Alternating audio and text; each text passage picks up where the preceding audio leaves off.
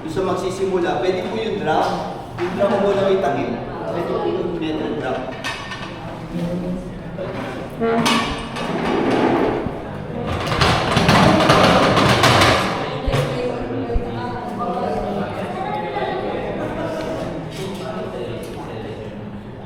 Yan. Yun sir, kung kunwari na example na lang po, meron tayong drum.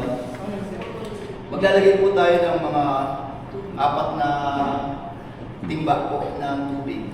Mga 50 liters, mga ganyan. 40 liters na tubig. Tapos maglalagay po tayo ng parilya. So hindi po nakasawsaw yung ating ano. Ang ating tubig bags.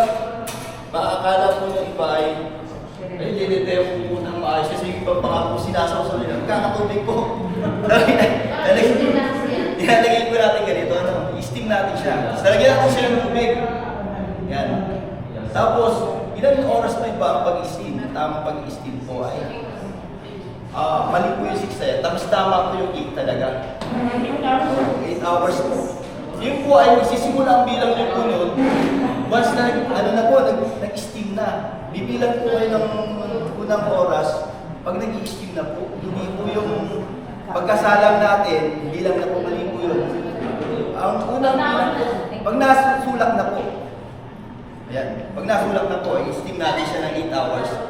Ano po ito papantakip natin? Yung po nabibili na drum sa bayan, meron na po siyang takip.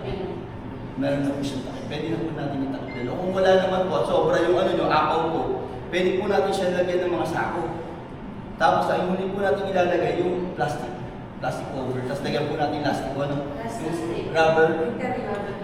Tapos, pag ano po, makikita nyo na pwede na kayo mag-start magbilang. Kapag po yung cover natin umangat na, ibig sabihin nag-steam na po sa loob. Lumobo na siya. Kaya po boiling na po. Ano lang ba sa yun? May steam na lang siya. Meron siya, meron. Sisingaw yan. Hindi katulad, ito po kasi. May sisingaw po yun.